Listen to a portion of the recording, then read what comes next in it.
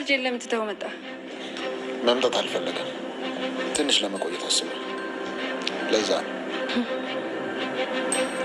እናንተስ መች ልትመለስ ነው እንዴ? ሄሉዬ ምን ሆነሻል? ገና ከመምጣቱ ይሄ ይጠይቃል?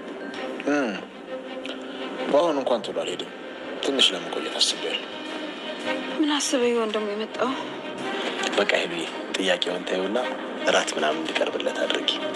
ጉዞ አድክሞት ሊሆን ይችላል። እሺ በቃ እኔ እራት እንዲያቀርቡልን ቀርች።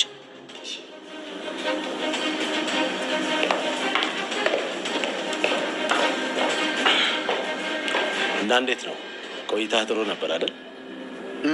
ቆንጆ ነበር። ያልከኝንም መድኃኒቶች አምጥቼልሃለሁ። እና ልጄ እንዴት ነው? ምን ሆኖ ነው ወደዚህ መምጣት ያስጠላው? አስጠልቶት አይደለም፣ እንዲሁ ትንሽ መቆየት ስለፈለገ ነው። ዋናው ደህና ብቻ ይሁን እንጂ ሌላው ምንም ችግር የለው። እዛሁኝ የምትነግረኝ ነገሮች በሙሉ ጥያቄ ሆኖብኝ ነበር። ማለት ጋሼን ገሉ እስከ ማቃጠል የሚያደርስ ምን አይነት ጠላት ቢኖረው ነው እንደዚህ የጨከኑበት? እኔም አላቅም እባክህ። እሱን ብቻ አስደንጋጭ ክስተት ነበር። ስለዚህ ለራስ በደንብ መጠንቀቅ አለብህ። ደግሞ አንተንም አንድ ነገር እንዳያደርጉ። እኔ ምንም አልሆንም። ባይሆን አዶኒ በጣም አዘኑ ጎድቶታል። እንዴት እንደሚጽናናም አላቅም። ደህና ነኝ ይላል፣ ግን ደህና አይደለም። እንዴት ምን ማድረግ እንኳን እንዳለበት አያውቅም። የቀረው አባቱ ብቻ ነበር። ስሜቱን አውቀዋለሁ። ባለፈው በቪዲዮ ኮል ስናወራ ስብር ማለቱ ገብቶኝ ነበር። ደግሞ ልጅም ስለሆነ ተቋቁሞ መነሳት ይከብደዋል። አዎ፣ ግን የግድ ጠንከር ማለት አለበት። ገና ሮጦ።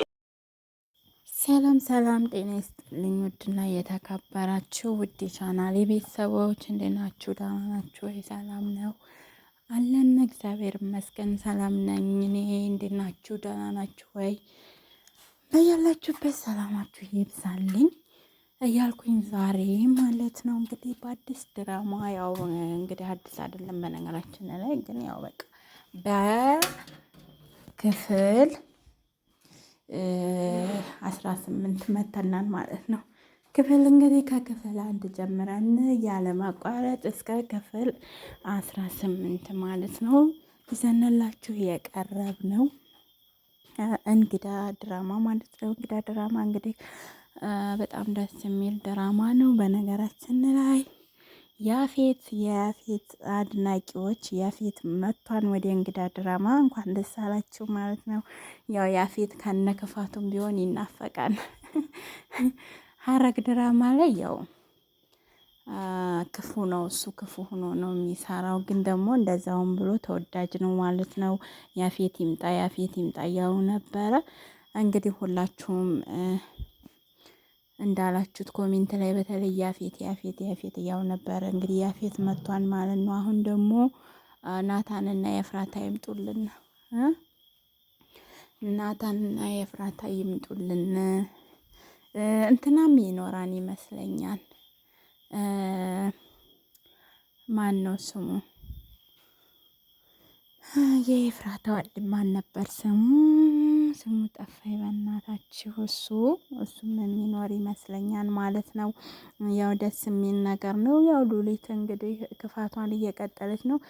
ያሁን ውስጥ ደግሞ በጣም የሚዘገንን ነው። በጣም በቃ ማለት የዛን ጊዜ እንኳን ያው የዛኔም ነፍስ ማጥፋት ነው፣ አሁንም ነፍስ ማጥፋት ነው። ግን አሁን ላይ ደግሞ እንግዲህ ኑንያትን እንደዛ እያሰቃይ ነው። በነገራችን ላይ ኑንያት እንግዲህ የእሷ ልጅ ናት። በሐኪም ቤት ተቀይራባት ነው እየተባለ ነው። ምክንያቱም ያን አብሯት ሲሰራ የነበረው ደግሞ ባለቤቷ እንደነበረና የቀድሞ ባለቤቷ የነበረ ግን ደግሞ የምትፈልገውን የማያቀርብላት የምትፈልገውን የማያደርግላት ባሏ እንደነበረ እንደ ገልጸዋን ማለት ነው። እንግዲህ ማንም አጋልጧቸው ሳይሆን በራሳቸው ጊዜ እያወሩ ስለነበር ማለት ነው። እንግዲህ ያው በገንዘብ ማጣት የተለየችው ባሏ ግን ደግሞ ብትለየውም ከሷ ላለመራቅ ብሎ የክፋቷን ሁልጊዜ የምትሰራውን ወንጀል እያጸዳላት የሚኖረው የቀድሞ ባሏ ነው ማለት ነው። እንግዲህ የቀድሞ ባሏ ሆኖ ሌላ ግብታ እየኖረች ከሌላ ወልዳ እየኖረች እሱ አሁንም አብሯት ይኖራ ነው። የምን አይነት ጽናት ነው በእውነት!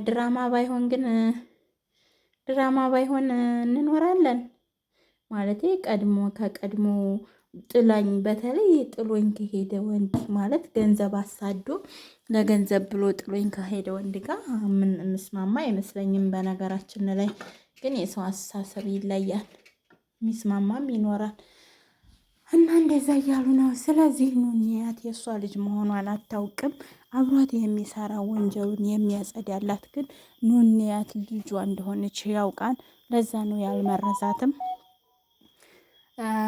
ስለዚህ አሁንም ሐረግ ላይ የነበሩት አርቲስቶች ሁሉም አንዳንዶቹ ተዋናዮች ይምጡልን እያልን የዛሬውን ክፍል 18ን እዚህ ላይ እናጠናቃለን። በክፍል 19 ደግሞ እንጠብቃችኋለን። አሪፍ ነገሮችን ይዘን እንመጣለን።